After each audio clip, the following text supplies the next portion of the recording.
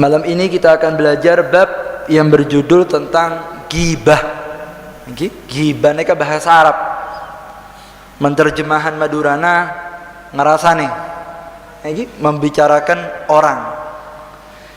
Bukan membicarakan di depannya. Bukan membicarakan di belakangnya. Tetapi kita membongkar keburukan kita punya saudara, baik di depan ataupun di belakang orang yang sedang kita bicarakan. Di dalam Al-Quran Allah subhanahu wa ta'ala berfirman, janganlah kalian saling menggunjing sebagian dengan sebagian yang lain. Jangan saling membongkar aib, jangan saling ngerasani satu dengan yang lainnya. Ayuhibbu ahadukum an yakula lahma akhihi maitan fakarihtumuhu.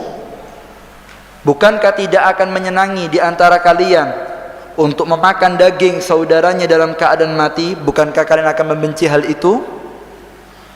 Lalu Allah Ta'ala mengatakan, wattaqullaha innallaha tawwabur rahim. Bertakwalah kalian kepada Allah, sesungguhnya Allah adalah zat yang maha menerima taubat dan zat yang maha pengasih dan maha penyayang. Jadi dalam Al-Quran Allah nekapun memberikan informasi, kita yang hidup di atas dunia ini, sampai nanti saatnya kita perjumpaan dengan malaikat Israel, maka kita tidak boleh membicarakan orang lain.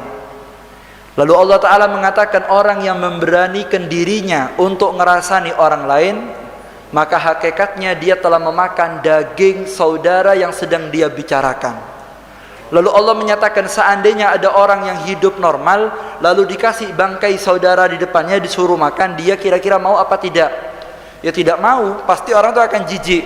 Kata Allah Ta'ala, begitulah orang yang ketika dia membicarakan aib, membicarakan keburukan saudaranya, maka hakikatnya dia telah memakan daging daripada saudaranya dalam keadaan hidup-hidup. Maka Allah mengatakan, wattaqullah, bertakwalah kalian kepada Allah, jangan sampai lidahnya membicarakan aib orang lain. Sesungguhnya Allah adalah zat yang menerima taubat, dan Allah adalah zat yang maha pengasih dan maha penyayang bagi orang yang ingin kembali kepada Allah subhanahu wa ta'ala. Hati-hati, ini bahaya ini. Jangan sampai kita ini membicarakan aib daripada orang lain. Bahkan dalam beberapa riwayat, baginda Nabi Muhammad SAW, beliau pernah menjelaskan, atadruna mal ghibah? Kamu tahu enggak apa itu yang dimaksud dengan ghibah? Ini lalu para sahabat mengatakan, qala ar-rasulullah wa rasuluhu a'lam. Allah dan Rasulnya yang lebih tahu apa itu yang dimaksud dengan ghibah. Maka dijawab oleh Nabi Muhammad SAW, dzikruka akhaka bima yakrahu. Kamu menyebutkan sesuatu tentang saudaramu, yang mana sesuatu itu yang bisa membuat benci saudaramu. Jadi sampai membicarakan sesuatu di badan saudara sampean dengan sesuatu, kalau sesuatu ini didengar sama saudaranya akan sakit hati. Itu namanya ghibah, itu namanya ngerasani. Ini kalau sampean coba-coba ucapkan ketika sampean ada di dunia dan sampean tidak coba-coba untuk tobat, maka nanti di akhirat kita akan dipaksa untuk makan kita punya daging saudara, dan di situ kita akan dihinakan oleh Allah Subhanahu wa taala. Ya Rabb, semoga kita diselamatkan oleh taala. Ketika malam Isra Mi'raj, ya. Ketika malam Isra Mi'raj, Nabi Muhammad SAW beliau melihat satu pemandangan. Kanjeng Nabi ini melihat suatu pemandangan yang sangat luar biasa. Dikatakan oleh Rasulullah, marartu lailata usriya bi al-aqwamin yakhmathuna wujuhum bi atfarihim. Aku melihat ada sekelompok manusia yang mereka mencakar-cakar wajahnya dan kukunya terbuat dari besi. Jadi Kanjeng Nabi ini ketika malam Isra Mi'raj bersama malaikat Jibril melihat ada sekelompok manusia, ternyata kukunya terbuat dari besi. Setelah itu ditempelkan di mukanya, dicakar-cakar sampai ini kulitnya ini katut. Sudah habis kulitnya ditumbuhkan lagi sama Allah, dicakar lagi, dicakar-cakar sampai hancur mukanya. Lalu ketika Nabi Muhammad melihat pemandangan ini, maka Nabi Muhammad bertanya kepada malaikat Jibril, mengatakan, man haula ya Jibril, siapa mereka wahai Jibril? Maka dijawab oleh malaikat Jibril, haula alladzina yaktabun nas. Mereka ya Rasulullah, orang-orang yang ketika hidup di dunia ternyata lidahnya mudah untuk membongkar aib saudaranya. Orang yang seperti ini yang tidak mau bertobat kepada Allah sampai nanti dia bertemu dengan malaikat Israel, maka nanti hukumannya dia akan diberikan kuku terbuat dari besi dan akan mencakar-cakar wajahnya sampai datang hari kiamat. Maka itu hati-hati ya. Tidak cuma membicarakan wa yaqauna fi a'radihim. Bahkan orang ini bukan hanya ngerasani, tetapi membongkar aib harga diri saudaranya lalu disebar-sebarkan kejelekannya. Dan inilah hal yang paling dibenci oleh Nabi Muhammad sallallahu alaihi wasallam. Ada satu sahabat tanya kepada Nabi Muhammad sallallahu alaihi wasallam, mengatakan, "Ya Rasulullah, kalau seandainya itu ucapan yang saya ucapkan betul, kan tidak apa-apa Nabi, memang orangnya seperti itu kok. Memang dia pernah zina kok, memang dia pernah minum kok, memang dia pernah pernah melakukan judi kok, maksiat kok, saya tahu kok. Sengaja saya bongkar, kan memang kenyataan Rasul, saya tidak bohong." Maka dijawab oleh Nabi Muhammad sallallahu alaihi wasallam, "In kana fihi ma taqulu faqad iktabtahu." Kalau kamu betul yang kamu ucapkan, memang kenyataannya Rasul. Kalau itu memang kenyataannya, berarti kamu telah menggibah. Tetapi Nabi Muhammad mengatakan, wa in lam yakun fihi ma taqul faqad bahintahu. Kalau kamu mengucapkan, ternyata yang kamu ucapkan tidak ada di dalam diri saudara kamu, maka kamu telah memfitnah. Kalau ngomongkan hal yang nyata disebarkan, itu namanya menggibah. Kalau sampai buat-buat omongan, itu maring ini, padahal tidak ngelakoni, itu bukan gibah kata Nabi Muhammad, itu fitnah. Al fitnatu asaddu minal qatl. Sesungguhnya perbuatan fitnah, membuat omongan tentang saudara padahal tidak ngelakoni, itu lebih menyakitkan daripada dibunuh. Kalau dibunuh selesai Pak, orang dipatahin mati selesai. Tapi kalau difitnah ini, dibongkar aibnya, terhina harga dirinya, padahal dia tidak pernah melakukan sama sekali. Dan inilah yang sangat dikhawatirkan oleh Nabi Muhammad sallallahu alaihi wasallam. Allahumma shalli ala Muhammad. Kata Rasulullah, kalau kau ngomongnya itu betul, itu namanya ghibah. Kalau kau ngomongnya bohong, itu fitnah. Ini parah ini. Jangan sampai kita keluar omongan yang akhirnya menyebabkan kita jauh dari Nabi Muhammad sallallahu alaihi wasallam. Ini hati-hati nih, khususnya ibu-ibu ini. Ini hati-hati, jika kadang-kadang ghibah ini dianggap enteng. Seakan-akan orang itu menganggap dosa besar itu mabuk, dosa besar itu zina. Padahal ada yang lebih besar dari zina, dari mabuk. Apa itu Habib? Menggibah. Ngerasain itu dosanya lebih besar daripada zina. Sampaian mas Habib, ini hadisnya saya bacakan. Nabi Muhammad mengatakan, "Iyyakum wal ghibah, fa innal ghibah asaddu minaz zina." Hati-hati kata Nabi Muhammad, punya mulut, jangan gampang mengerasani orang. Karena orang yang melakukan dosa ghibah, itu dosanya lebih besar daripada berzina. Apa alasannya? Nabi Muhammad melanjutkan, "Fa innar rajul qad yazni wa yatub fayatubullahu alaih." Kadang-kadang ada orang habis zina, mungkin dia habis lihat film haram, mungkin dia habis onani, mungkin dia habis melakukan lesbi, perbuatan haram, dia menangis, bertobat kepada Allah Ta'ala, meminta maaf kepada orang yang dia salahi, selesai. Mungkin sama Allah sudah diterima taubatnya. Lalu Nabi Muhammad mengatakan, tapi Nabi Muhammad SAW, beliau menjelaskan, terkadang kata Rasulullah, orang yang dia itu bergibah, wa inna sahibal gibah la yaghfirullahu lahu hatta yaghfira lahu sahibuh. Kata Nabi Muhammad, sedangkan orang yang melakukan dosa gibah tidak mungkin bisa dimaafkan oleh Allah sampai dia meminta halal kepada orang yang dirasani. Oke, bahaya iki ya. Kalau orang zina minta maaf, tobat sama Allah, nangis, asal dia azam tidak ngulangi lagi, insya Allah dimaafkan. Tapi orang yang membongkar aib saudaranya sampai terhina, tidak bisa dimaafkan, kecuali dia mengomongi orang saudaranya, kemarin ngerasani kon ngene, minta maaf, baru bisa diterima tobatnya oleh Allah Subhanahu Ta'ala. Allahumma shalli ala Muhammad. Makanya ini ghibah ini dosa besar ya, ini bukan dosa sembarangan. Makanya hati-hati, tidak gampang. Ghibah ini bukan dosa sembarangan ya, ini dosa berat. Bahkan Allah pernah menyatakan kepada Nabi Musa alaihi salam, mengatakan, "Ya Musa, man mata wa huwa taiban minal ghibah fahuwa akhir man yadkhulul jannah." Lalu Allah Ta'ala mengatakan juga, "Wa man mata wa huwa musirran 'alaiha fahuwa awwalu man yadkhulun nar." Mengatakan Allah Ta'ala kepada Nabi Musa, wahai Musa, siapa orang yang dia mati sedangkan dia sudah bertobat dari dosa ghibah, kalau tobatnya diterima ya. Tadi kan gini, orang kalau zina asal dia maaf, tobat sama Allah, sungguh-sungguh, tekad tidak mengulangi, menyesal dengan penyesalan yang kuat, insya Allah diterima. Semoga dosa kita dimaafkan oleh Allah Ta'ala. Tapi orang kalau ngerasani orang, tidak bisa dimaafkan sampai dia minta halalnya orang yang dirasani. Lalu Nabi Muhammad mengatakan, kalau seandainya orang ini diterima tobatnya sama Allah, dimasukkan surga, maka orang yang terlahir masuk surga adalah orang yang pernah menggunakan lidahnya ngerasani orang di atas dunia. Mulut yang pernah ngerasani orang, maka nanti terlahir masuk surga. Tapi kalau orang ini diterima tobatnya sama Allah masuk neraka, orang ini yang akan pertama kali masuk neraka. Jadi orang yang ngerasani orang ini, Pak, kalau masuk surga terlahir, kalau masuk neraka pertama. Dan tidak bisa dimaafkan dosanya kecuali minta halal sama orangnya. Berat, macam berat. Memang berat. Inilah ghibah yang sangat dikhawatirkan oleh Nabi Muhammad sallallahu alaihi wasallam. Semoga diselamatkan oleh Allah Ta'ala ya. Hati-hati.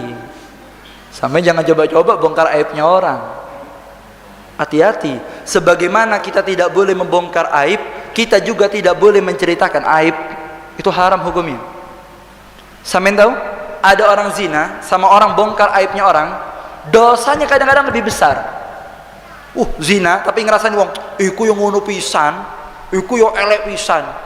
Dosanya kau ngomongi ini sama zinanya kau, dosa ini. Ini berat ini. Ini enggak gampang. Enggak gampang. Kadang-kadang orang yang diajak ngerasani, Pak, orang yang ngerasani orang lain, padahal dia itu sudah melakukan dosa yang lebih besar, tapi ngerasani wong. Contoh, ada orang video callan, bengong, aku video call, padahal yang ngomong pernah zina. Apa ada ingat sama zinanya, kok ingat sama dosanya orang itu? Apa ini? Kadang-kadang yang dibicarakan orang, loh dia tuh kayak lupa kalau punya dosa yang lebih besar daripada yang dia bicarakan. Aku roh tahu chattingan. Ya Allah, chattingan toh. Itu kalau nangis malam ditobat diterima. Ini orang yang ngomong sudah balik-balik zina. Lu kok bisa dia ngerasani orang tapi tidak sadar sama dosanya sendiri? Kata Nabi Muhammad, orang yang melakukan perbuatan ini dosanya lebih berat daripada dia itu melakukan perbuatan zina. Inilah yang dikhawatirkan oleh Nabi Muhammad SAW. Semoga kita diberikan keselamatan Allah Ta'ala ya. Habib kalau sudah terlanjur, Beb, gimana terus, Beb? Minta maaf. Minta maaf, minta halalnya, dan jangan diulangi. Dan ini yang diajarkan oleh Nabi Muhammad SAW. Hati-hati orang yang ghibah ini kalau masuk surga terlahir, kalau masuk neraka pertama. Tak ada bagus saya masuknya. Kalau masuk surga terlahir kadung mlebu neraka pertama kali sing dicungkrakno. Apa bagusnya ghibah ini? Hati-hati. Apalagi sampai coba-coba bongkar aibnya para solihin, yang kadang-kadang mereka menampakkan hanya untuk menutupi kebaikannya. Dulu ada satu orang soleh ya.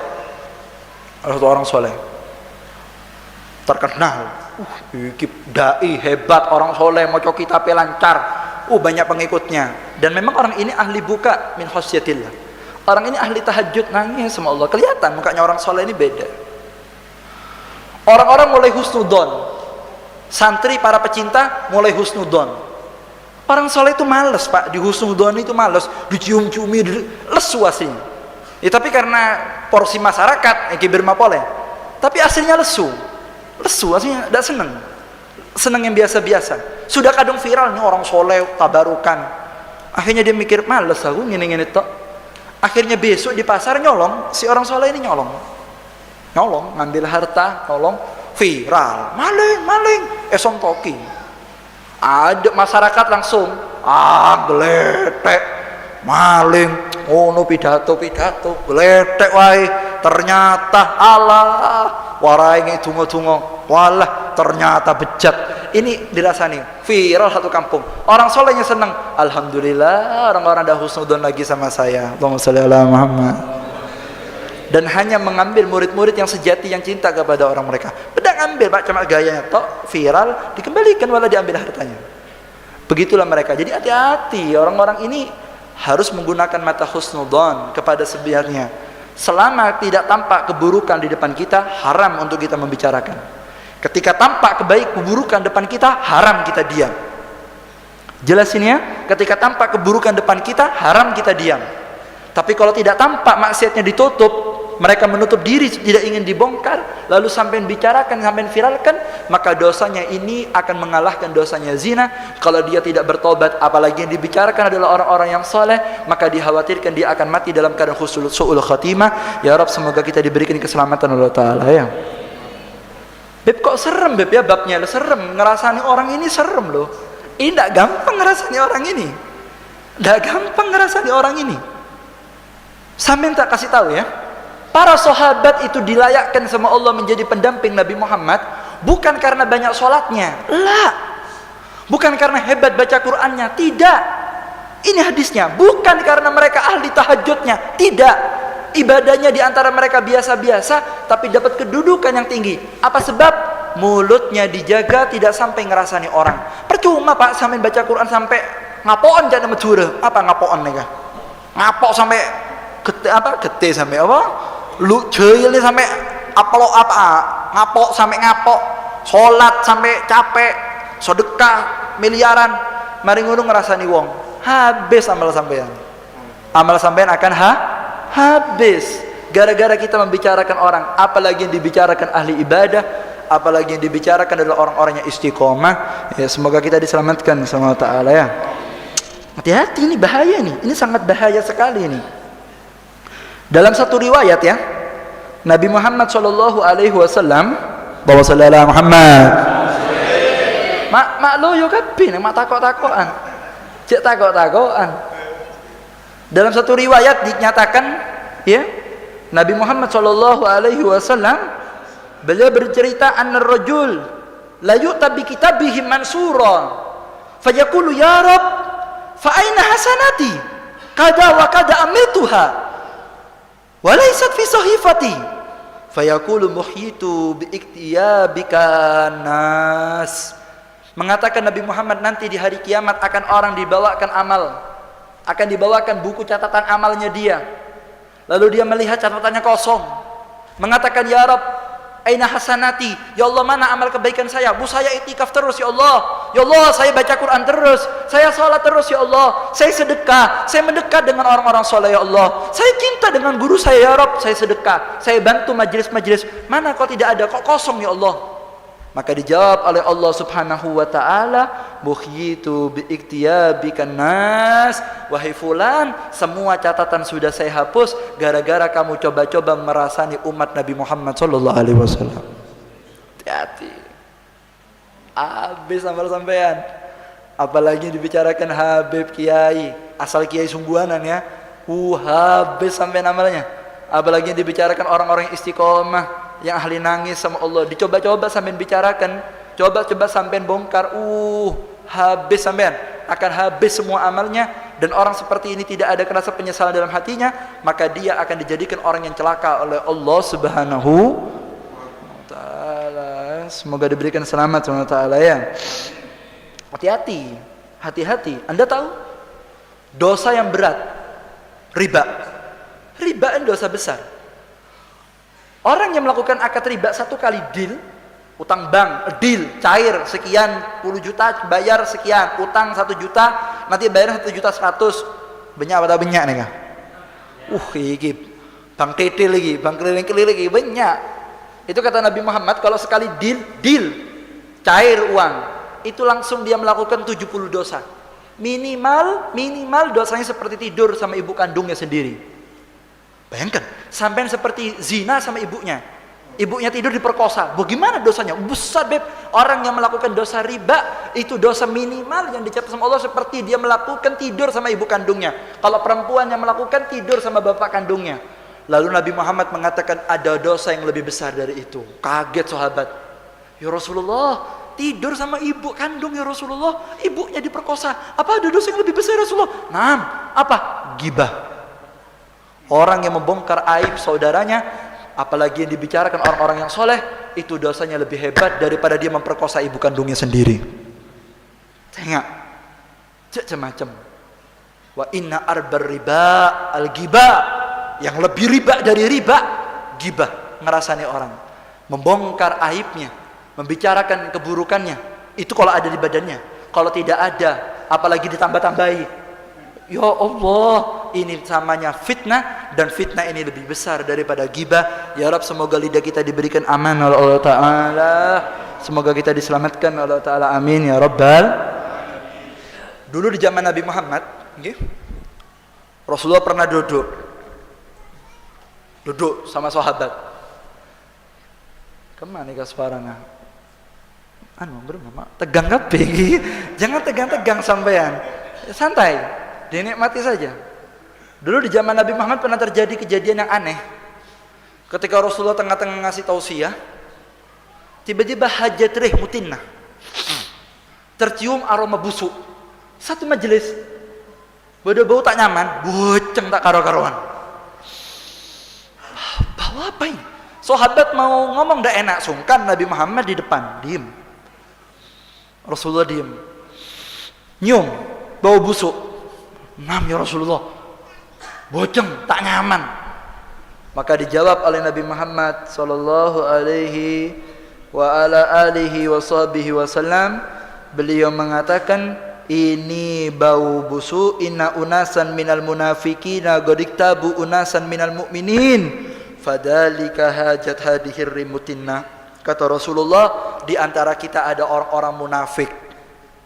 Di majlis ini ada orang munafik. Siapa orang munafik? Mereka yang menggunakan lidahnya untuk membongkar aib saudaranya yang mukmin. Dari mulutnya orang ini akhirnya keluar bau busuk, dan yang kau cium ini bau busuk adalah keluar dari mulutnya karena dia sudah memakan daging saudaranya. Karena orang yang menggibah itu seperti makan dagingnya saudara. Makanya hati-hati, gibah ini bahaya Pak. Tidak gampang orang ngerasain ini, tidak gampang. Guru tuh lebih cinta sama murid yang bisa jaga mulut daripada sholat sunnahnya banyak. Karena puncak ibadah itu makhafatullah, takut sama Allah. Percuma sampai ibadah banyak tapi tidak bisa mencegah dari maksiat. Buat apa? Mana tanha anil fahsya wal mungkarnya? Salat seadanya, puasa seadanya, tapi antum bisa jaga lidah tidak menggibah, itulah karena ahsan lebih bagus. Ya kalau bisa dua-duanya ya istimewa. Salatnya bagus, ibadahnya bagus, plus dia bisa menjaga lidah tidak membicarakan aib orang lain. Ini pahala tinggi, dan ini yang akan mendapatkan derajat tinggi di hadapan Nabi Muhammad sallallahu alaihi wasallam. Faham? Ada kompak, faham? Hati-hati. Saya nggak naik ke bebinean. Ada dari barat sampai timur habis tetangga dirasanya. Iki. Ancor. Beb saya beb menggibah via online di grup, ada grup ngerasani memang. Ada ini sekarang ini yang terbaru nih, new product ini. Grup ngerasani ada, isinya ngerasani wong tok iku grupe. Anggota grupe dosa kabeh. Semuanya dosa. Ini gimana ini? Ya apa sih? Kadang-kadang ada orang dia tidak ngerasani, tapi dengarkan orang ngerasani, podo wae dosanya. Saya tidak ngerasani beb, tapi kan ada orang ngerasani diem tidak berdiri. Lah, bagaimana kalau ada orang ngerasani sampai Allahumma sholli ala Muhammad berdiri tinggal? Jangan duduk, sama saja sampai yang duduk di sana dosa ghibah juga masuk kepada orang yang duduk. Ini kalau sampai dilakukan dan tidak ditobati sampai meninggal dunia, tidak bisa jaga lidahnya, maka dikhawatirkan dia masuk neraka. Kalau masuk neraka pertama kali, kalau tobatnya diterima, terlahir masuk surga. Allah, semoga diselamatkan Allah Ta'ala ya. Hati-hati ya, begitu jangan sampai macam-macam. Ketika mendengarkan keterangan ini, ketika Nabi Muhammad memberikan keterangan masalah ghibah itu dosa, begini, itu haram, begini, panjang lebar. Rasul mengatakan, Al-Imam Wahib bin Warad beliau mengatakan dalam satu riwayat, beliau mengatakan, mana dah? Wallahi la tarku ghibah ahabbu ilayya minat tasudduq bi jabal min dahab. Beliau mengatakan, demi Allah, aku berhasil satu hari meninggalkan ghibah, tidak ngerasani orang, itu lebih aku cintai daripada aku sedekah emas satu gunung. Emas satu gunung remuk ini emas semuanya disedekahkan. Dengan saya berhasil jaga lidah tidak ngerasani orang, itu pahalanya lebih saya sukai daripada saya sedekah emas tapi saya ngerasani orang. Buat apa? Habis amalnya, habis amal sampean. Orang itu jadi wali, Pak, gara-gara bisa nutup aib saudaranya. Orang-orang soleh itu tahu, Pak, aibnya orang itu tahu, bukan tidak tahu, tapi diem, didoakan. Ini sudah tidak soleh, dibongkar-bongkar, seakan-akan lupa dia punya dosa, yang diingat dosanya orang terus. Loh, lali lah awak iki pernah dosa juga. Leiku, lali bengen kon SMA piye, kon biyen sekolah piye. Di sepuro ta dosa yang dulu itu, dimaafkan ta? Kok berani ngomongkan aibnya orang? Hati-hati. Siapa orang yang membongkar aib saudaranya, maka tidak akan mati sebelum dia melakukan dosa yang dirasani kepada orang lain. Hati-hati. Sekarang sampean bicarakan orang lain karena perzinaannya, suatu saat sampean akan melakukan perbuatan zina. Sekarang sampean bicarakan orang karena minum, nanti anak sampean akan minum. Ini janji dari Nabi Muhammad sallallahu alaihi wasallam. Hati, ini perkara fatal ya. Ini bukan perkara gampang, dan ini perkara yang sangat dikhawatirkan oleh Nabi Muhammad sallallahu alaihi wasallam. Ya, semoga diberikan selamat oleh Ta'ala ya. Jangan. Coba sampean lihat saya. Miring-miring dasi lagi ini, miring-miring dasi. Jurus mengalih semuanya. Ini penting dibahas ini supaya kita selamat, supaya kita ini selamat jadi orang-orang yang selamat. Orang gibah itu, Pak, dah harus ngomong. Kadang ngelirik. Iki gibah iki. Kadang-kadang gini. Iki gibah, dosanya sama. Beb cuma gitu tok, beb, boh. Cuma gitu tok. Kadang ada orang pakai baju dirasani, kelambine. Belum ngomong, iku. Itu dosa. Itu dosa gibah. Dulu pernah kejadian ya di zaman Nabi Muhammad SAW. Rasulullah ini punya istri namanya Aisyah, cantik, putih, bersih. Di antara istri Nabi Muhammad yang cantik, di antaranya itu ada Sayyidina Sofia. Cantik Sofia ini. Siti Aisyah tidak pernah cemburu sama istrinya Rasulullah seperti cemburunya sama Siti Sofia. Kalau sudah kena Sofia, Siti Aisyah ini baper. Tidak bisa sudah, kebawa perasaan. Biasa. Kalau saingannya yang lain masih cantik Siti Aisyah. Tapi kalau sudah datang Sofia, halas. Pasti bawaannya tidak enak, Siti Aisyah tidak enak. Tapi Siti Sofia ini badannya tidak tinggi. Ya standar, tidak tinggi. Sayyidina Sofia ini tidak tinggi, berani. Perempuan yang berani istrinya Rasulullah di antaranya Sayyidina Sofia. Wanen. Ada ini istri-istri yang wanen kan ada kan? Sing suka ngegas bae bojone iki ada. Ada oleh lanang-lanang di pagar batu. Iya ning pondok pagar batu. Udah pakai compok lecak langsung kita ada. Tak bisa kalah kamu bini. Nah, angkat botol satu truk ada kuat beb iya nyampe rumah. Angkat piring tak kuat, langsung lecek capok begini ini kan. Ini perlu disampaikan nih biar ibu-ibu tidak ngamuk-ngamuk kok mati suaminya mati jantungan sulapan nanti ya. Jangan ngamuk-ngamuk. Ini Sayyidina Aisyah ketika melihat Nabi Muhammad membicarakan Siti Sofia tuh begini. Namanya perempuan ya, kebawa perasaan. Walaupun istrinya Rasulullah, kebawa perasaan. Mengatakan, "Ya Rasulullah, hasbaka annaka min Sofia anha hakadah." Ya Rasulullah sampean kok ngomongkan Sofia cuma segini tok Sofia itu. Maksudnya mau ngomong kalau pendek, enggak ngomong pendek. Ini tok Sofia. Lalu Nabi Muhammad SAW beliau langsung melihat Siti Aisyah dengan muka tidak nyaman. Beliau mengatakan laqad qulti kalimatan law muzijat bima'in bahr lama zajathu. Wahai Aisyah, kau telah mengucapkan suatu kalimat, apabila ludah dari kalimatmu itu diludahkan ada di laut, niscaya satu laut sedunia akan berubah menjadi tawar. Racun itu omongannya kau. Kalau sampai kau ludahkan ke dunia, coba ya Selat Bali, sedunia langsung akan tawar airnya. Karena saking hebatnya racun yang orang ngomongkan karena gibah. Dan keluar omongan jelek atau menghina pendek. Cuma gini, sama ini tok. Loh, itu sudah gibah, kata Nabi Muhammad SAW. Maka itu hati-hati ya, lidah ini hati-hati. Kadang-kadang liwat mobil anyar, no ira, lebu neraka, gak tobat. Jangan macam-macam. Soalnya kerudungnya anyar, iri dirasani. Oleh ini kerudungi tonggo disikat. Iri. Kok iso tonggo iku mari jupuk teko jemuran iku roh aku kena angin diempek. Ini kan ngerasani. Iya kalau sungguhan, kalau enggak fitnah, buhtan. Ini bahaya, ini lebih besar daripada ghibah dosanya. Ya, semoga diselamatkan Allah Ta'ala ya. Hati-hati begitu ya, jangan sampai kita ini melakukan hal-hal yang akhirnya menyebabkan kita ini celaka di hadapan Allah Subhanahu